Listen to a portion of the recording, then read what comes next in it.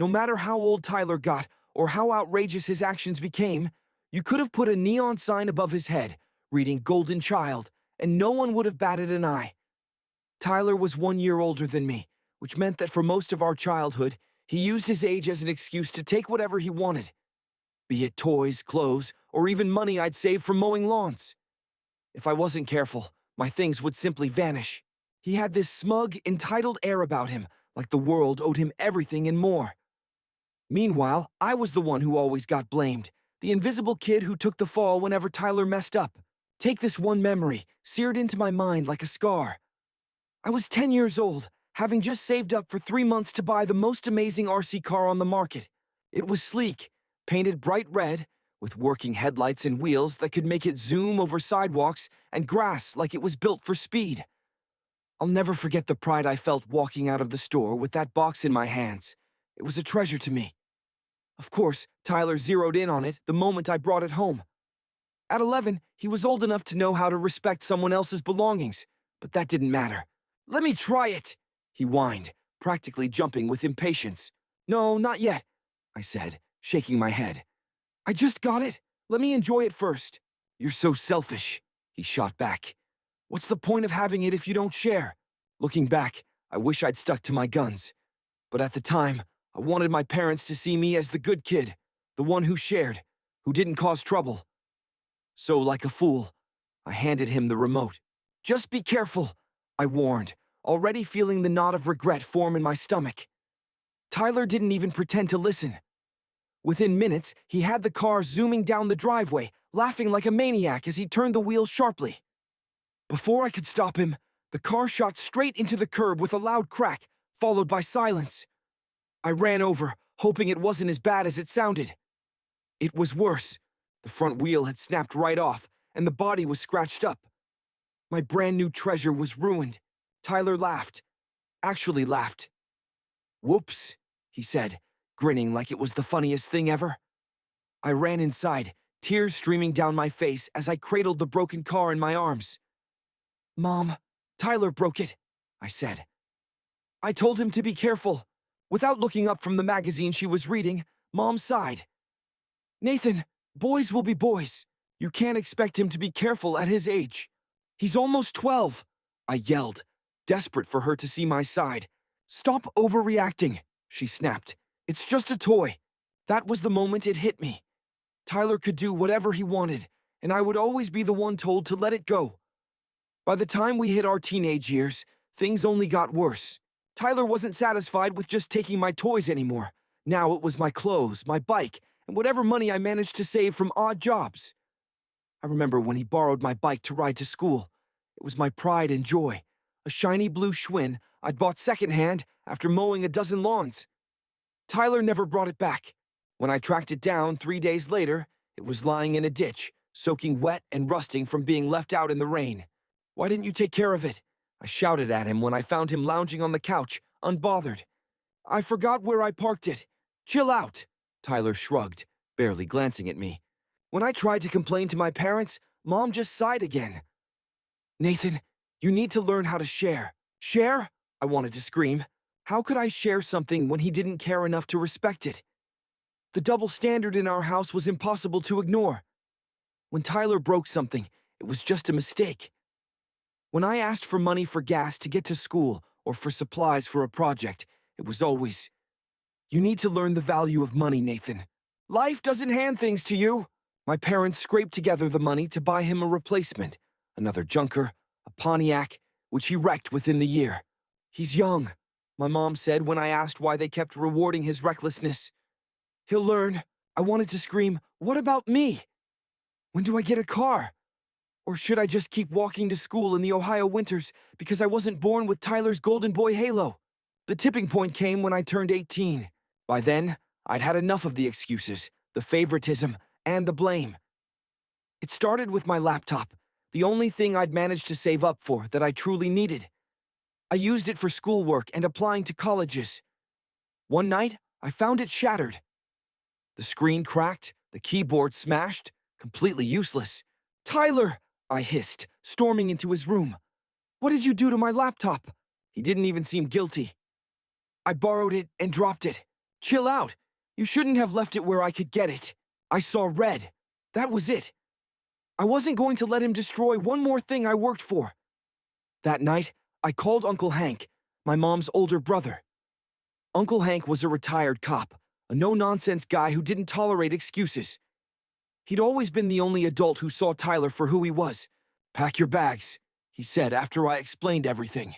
"You're coming to stay with me." It was the first time in my life I felt like someone had my back. Uncle Hank didn't just offer me a place to stay. He gave me something I'd never had before: independence. He handed me the keys to his old 1993 Chevy Silverado, a truck he'd driven for years before retiring. "She's seen better days," he said as I stared at the truck in awe. "But she's reliable. Take care of her, Nathan, and she'll take care of you." That truck wasn't just a vehicle to me. It was freedom. For the first time, I had something that was truly mine, and I swore no one, not Tyler, not my parents, would take it from me. Of course, Tyler had other ideas. Moving in with Uncle Hank felt like stepping into an entirely new world. His house in a quiet neighborhood on the outskirts of Toledo, Ohio, wasn't fancy, but it felt more like home than anywhere I'd ever lived. Hank was a straight shooter who didn't sugarcoat things, but he was fair, and he treated me like an adult, something my parents never did. The first morning after I moved in, I found Hank sitting at the kitchen table with a cup of black coffee and a plate of scrambled eggs. He looked up as I walked in, still in my pajamas, and nodded toward the stove. "I made extra if you're hungry. And Nathan, you're going to start pulling your weight around here, all right?" I froze for a moment, worried this was about to turn into one of those "you're lucky I'm helping you" lectures I always got from my parents. But then Hank continued, "I'll show you how to take care of the truck later. Oil changes, brakes, the works. Owning a truck means knowing how to keep her running." That was it. No lectures, no guilt trips. Just Hank teaching me responsibility in a way that didn't feel like punishment. It was refreshing. The Chevy Silverado was parked in his driveway, a big, solid beast of a truck with a dull green paint job that had seen better days. The bumper was a little crooked, and the interior smelled faintly of gasoline and coffee, but I didn't care. It was mine. The first time I climbed behind the wheel, "Hank," I leaned against the passenger side window and grinned. "Drive her slow for now, kid," he said. "She's solid, but she's not indestructible. Take care of her, and she'll get you where you need to go." I promised I would. For the first time in my life, I felt free. That truck was my key to independence. I used it to get to my new job at a local hardware store, where I worked stocking shelves and helping customers load lumber and tools into their cars.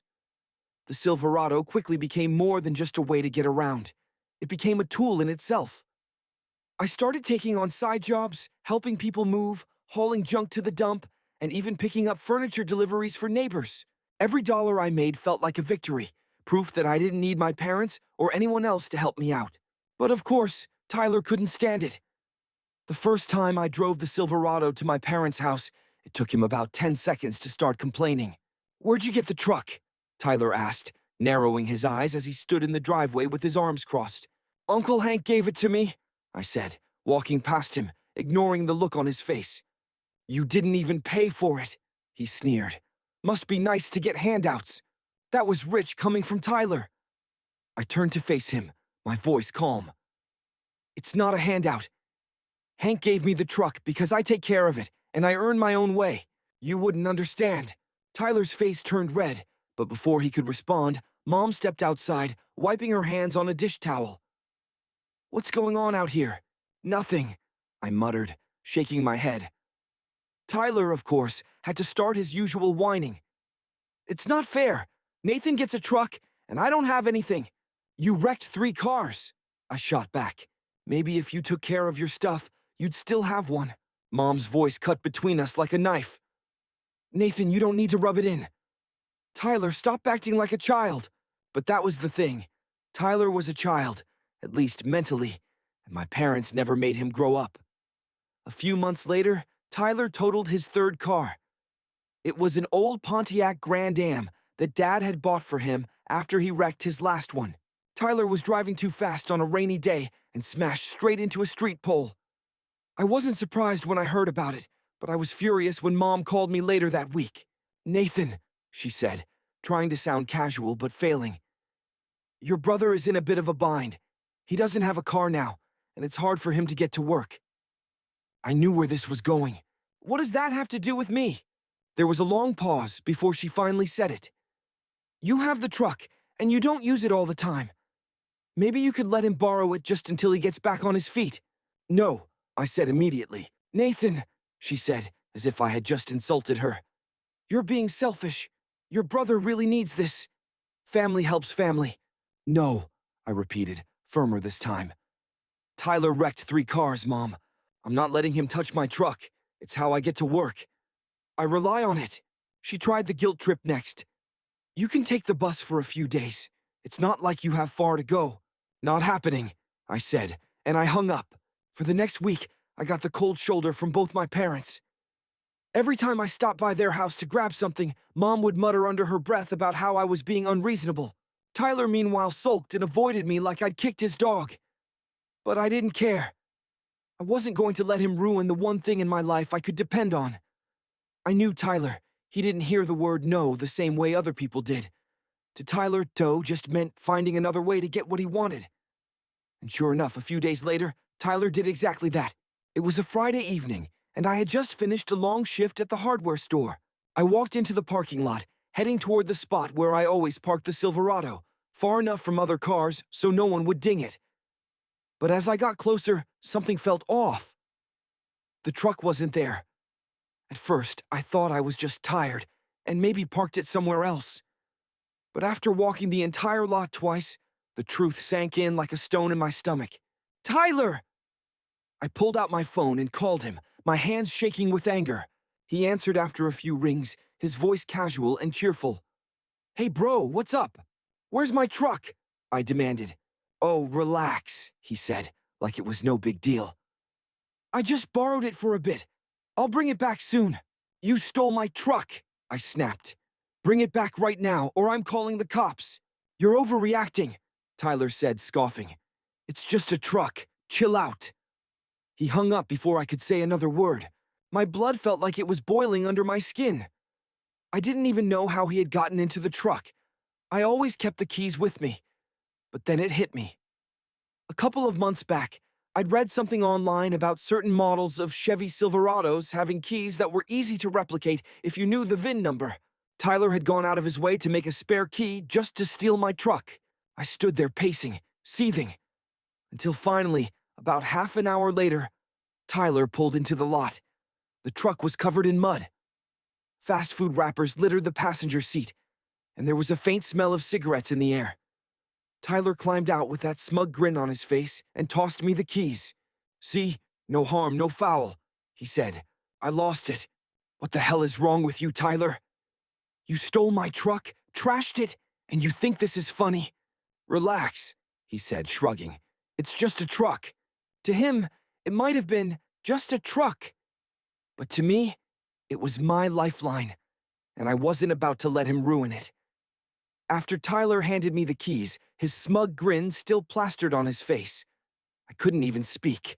I wanted to scream, to punch something, to throw him into the mud he had tracked all over my truck and see if he'd laugh about that too. Instead, I climbed into the Silverado, shut the door harder than I needed to, and just sat there gripping the wheel, trying to calm down. Inside, the truck was a disaster. Fast food wrappers were stuffed in the cup holders, soda stains marked the fabric seats, and the cigarette smell was thick enough to choke on. I knew Tyler didn't smoke, so he had probably picked up one of his low-life friends and let them trash the cab. It felt like a personal violation. This truck wasn't just some old vehicle. It was mine. The one thing I could rely on. Tyler didn't get that. He never would. The drive back to Uncle Hank's was slow, because I spent half the time trying not to completely lose it.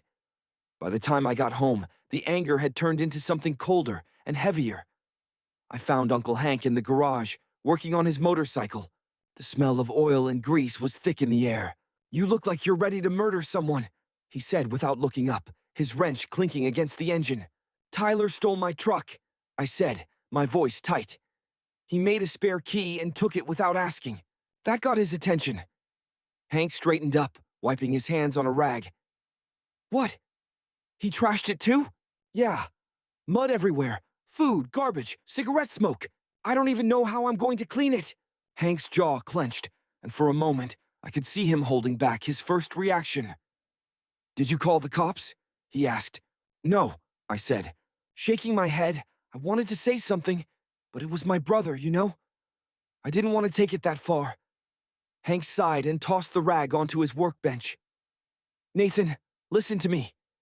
Tyler's never going to learn until someone makes him. You give him an inch, and he'll take everything you've got. That truck is your lifeline. Next time, don't call him. You call the police. I nodded, even though it felt like a betrayal to say it out loud, calling the cops on my own brother. I couldn't picture my parents ever forgiving me for that, but then again, they never forgave me for anything I did. So maybe it wouldn't matter. You need to protect yourself, Hank said firmly. No one else is going to do it for you. He offered to help me install a GPS tracker in the truck the next morning, just in case. If he pulls something like this again, you'll know exactly where the truck is. That night, I spent 2 hours cleaning out the truck, scrubbing stains and spraying air freshener until my arms ached. It still faintly smelled like smoke, and there were bits of mud I couldn't reach under the pedals. The whole thing left me simmering with frustration. I had spent so much time working to build my own life, my own space, only for Tyler to waltz in and destroy it like it was his right. I didn't know it then, but that was just the beginning. For a few weeks, everything was quiet. Tyler avoided me, probably because he didn't want to hear me lecture him again. And my parents gave me the silent treatment too. They were good at that, acting like I was the bad guy for not letting their golden child get away with everything. I didn't care. I had my truck back, and I was working more shifts at the hardware store. For once, it felt like my life was truly mine. Then Christmas came around. Every year, my family gathered at my parents' house for Christmas dinner. It wasn't that I looked forward to the holiday. I didn't. But I still went, not for my parents or Tyler, but for Uncle Hank and my cousins, who were the only ones in my family I actually enjoyed spending time with. And honestly, I went for the food. I showed up late in the afternoon, parking the truck neatly at the end of the driveway where I could keep an eye on it. The second I walked through the front door, Mom greeted me with her usual passive-aggressive flair. "Oh, Nathan," she said. Her smile stretched so thin it wasn't even real. I wasn't sure you'd come after all the drama you caused this month. I ignored her and shrugged off my coat, heading straight for the kitchen where Uncle Hank was already sitting with a mug of coffee. "Merry Christmas, kid," he said, giving me a firm pat on the shoulder. "Ignore your mother. You know how she is." "I'm used to it," I said, grabbing a cookie off the counter. The day dragged on like every other family gathering, chaotic, loud, and suffocating. My mom kept making jabs at me whenever she thought no one was listening. "Nathan's gotten so protective of that truck," she said to one of my cousins. "It's like he thinks it's worth $1 million. I clenched my jaw but stayed quiet. No point in starting a fight. Meanwhile, Tyler sat in the corner, glued to his phone, barely speaking to anyone. I figured he was sulking because I had shut him down so hard the last time we talked. That suited me just fine. By the time evening rolled around, I was more than ready to leave. But then I noticed something. My truck keys, which were always clipped to my belt loop, were gone. I froze. At first, I thought maybe they had fallen off somewhere, so I retraced my steps through the house, living room, kitchen, even the bathroom. But there was nothing. My stomach dropped as I rushed to the front door and looked out the window. The driveway was empty. My truck was gone. I felt like the ground had disappeared beneath me. I pulled my phone out of my pocket and opened the GPS tracker app. Sure enough, the dot representing my truck was already miles away and moving fast. I didn't even hesitate. I called Tyler. He picked up on the third ring, sounding way too casual. "Relax, bro. I'm just picking up a friend," he said like it was no big deal. "You stole my truck," I said, my voice shaking with anger. "Where are you?" "I'll bring it back," Tyler said, brushing me off. "It's not like you need it right now. Chill out, Nathan. It's Christmas." I was done.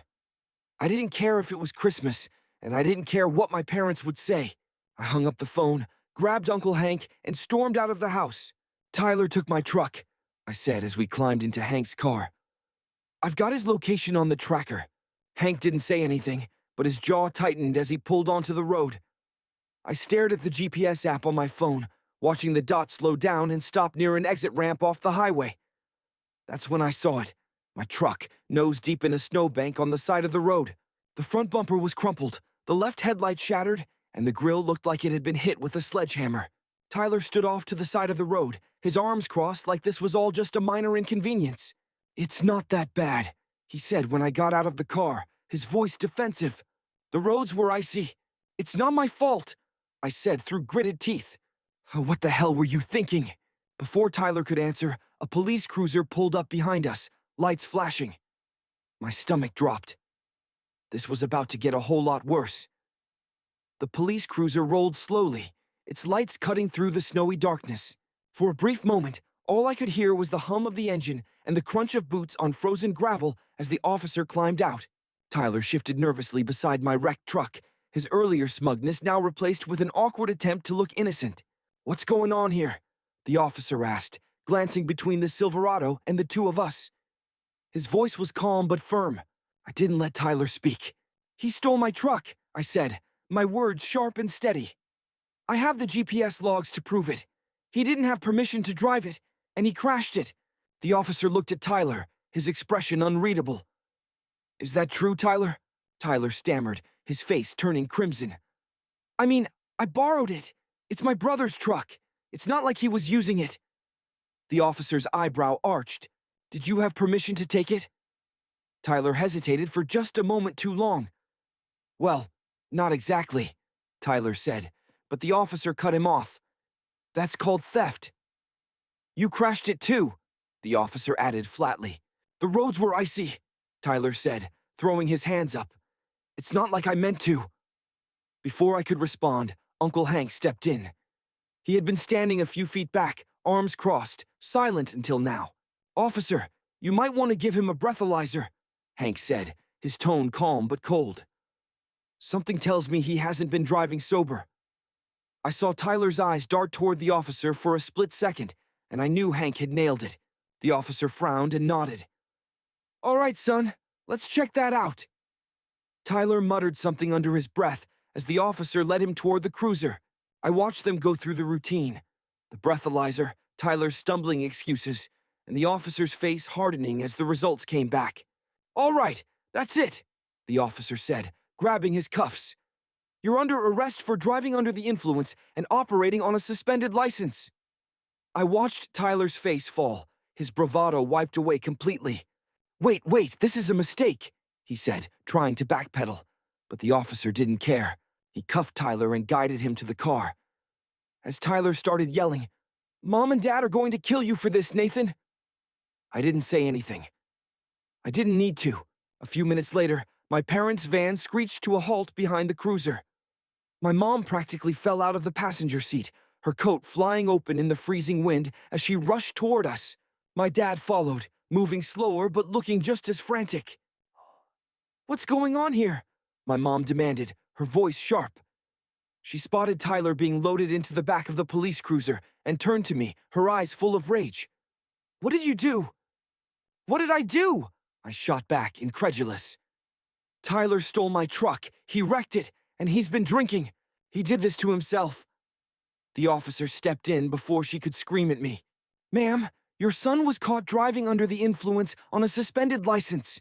He crashed the vehicle. This isn't something we can ignore." My mom looked like she might faint. "This is all a misunderstanding," she quickly said, her voice shaky. "HEK's a good kid. He just made a mistake." Uncle Hank snorted behind me. "How many times have we heard that one?" he muttered. She turned to him next. "Hank, you're not helping. This is family business. We don't need the police involved." It stopped being family business when Tyler stole a vehicle and endangered people's lives, Hank replied coolly. My dad finally spoke, stepping between them like a referee. "Let's all calm down," he said, his voice the kind of forced calm that only made me angrier. "Tyler made a mistake, but we'll sort this out." "You're not sorting anything out," I said, my voice rising. "He stole from me, trashed my truck, and now he's getting exactly what he deserves." "You didn't have to call the police, Nathan," my mom shouted, tears welling in her eyes. He's your brother! I didn't call the cops, I said. The GPS tracker led me here, and someone else called it in. I pointed at the flashing cruiser, but I should have called them the first time he took it. The officer interrupted before things could escalate further. "Ma'am, sir," he said to my parents, "we're taking him to the station. You can sort out bail later." As the cruiser pulled away, Tyler glared at me through the window. My mom's shoulders slumped as she turned to me with an expression I'll never forget. Some twisted combination of anger and disappointment. "How could you let this happen to your brother?" she asked. I laughed bitterly. "You're kidding, right? He stole my truck. He did this to himself." My dad shook his head, like I was the unreasonable one. "You could have handled this privately, Nathan. You didn't need to make a scene." "Handled it privately?" I repeated, almost laughing. "You mean let him get away with it again? Number not this time." Uncle Hank placed a hand on my shoulder, stepping between me and my parents. "Let's go, Nathan." "You don't need to stand here and justify yourself." We turned and walked back to Hank's car. I didn't look back at my parents. The aftermath began the next day. My mom called me before I was even awake, leaving a voicemail full of tears and guilt trips. "Nathan, you have to fix this. Tyler's been through enough. How could you let him sit in jail?" I didn't respond. I didn't care. Uncle Hank, on the other hand, seemed almost proud when I told him about the voicemail. "Good," he said simply. "Maybe this will finally teach Tyler that actions have consequences." That afternoon, I got another call, this time from Tyler himself. Somehow, he'd managed to get access to a phone from the county jail. I let it ring a few times before picking up, mostly because I wanted to hear what he had to say. "Nathan," he said, his voice trembling just enough to sound pitiful. "Look, man, I'm sorry, all right?" I screwed up. "I just need you to bail me out." I rolled my eyes. "No, come on, man, please," he begged. "I can't stay in here. You don't know what it's like. Maybe you should have thought about that before you stole my truck," I said coldly. "Nathan, I'm your brother," he shouted, his voice cracking. "You can't leave me here." I hung up without another word. A few minutes later, my mom called again. I picked up this time, just to see how far she'd go. "Nathan," she started, her tone wavering between anger and desperation. "Your brother needs you. He's in a terrible place right now. We don't have the money to bail him out." "Then let him sit there," I said, cutting her off. "He stole my truck, wrecked it, and got himself arrested. That's on him, not me. You're breaking this family apart," she said, her voice rising. "No, Mom," I replied, my voice calm but firm. "Tyler did that. You let him do it over and over again, and I'm done cleaning up his messes." I hung up and blocked her number. For the first time in years, I felt like I could breathe.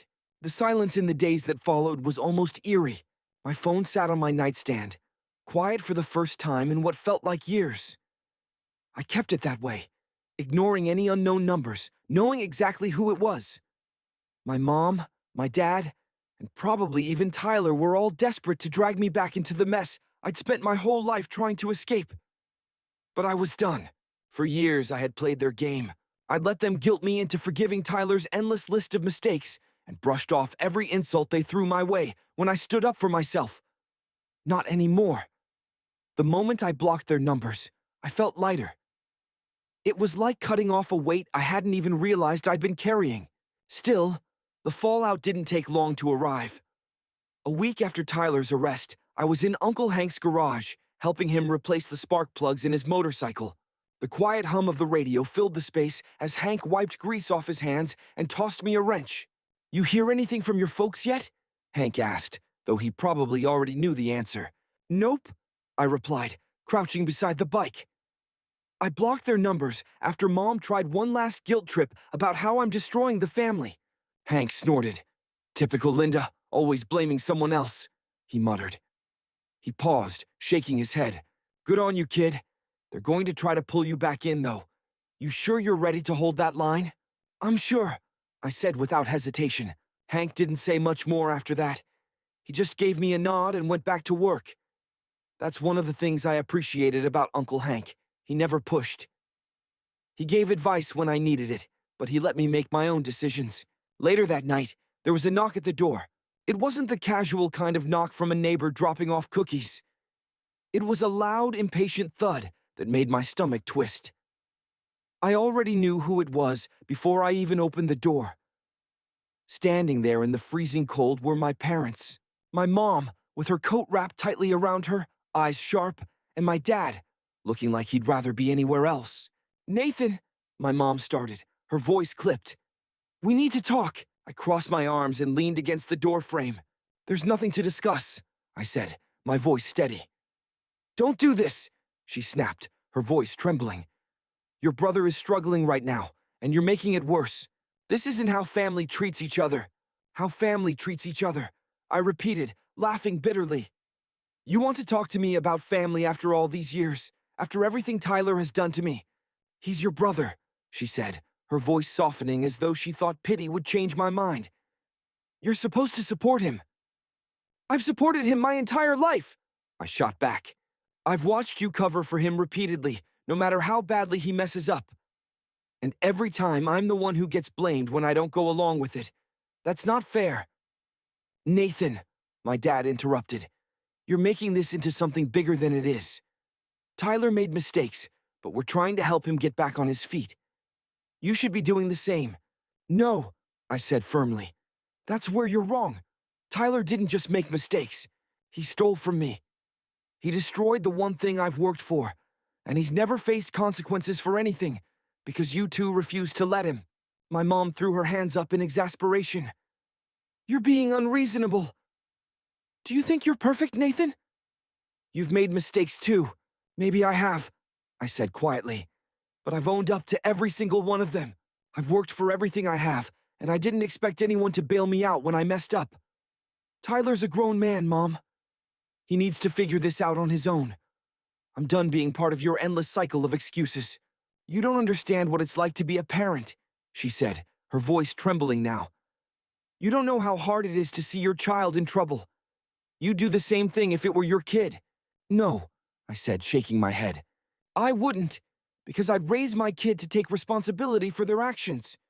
I wouldn't let them walk all over everyone else." My dad stepped forward, his voice softer now. "Nathan, we're not asking for much. Just let Tyler stay with you for a while. He has no job, no car, and nowhere else to go."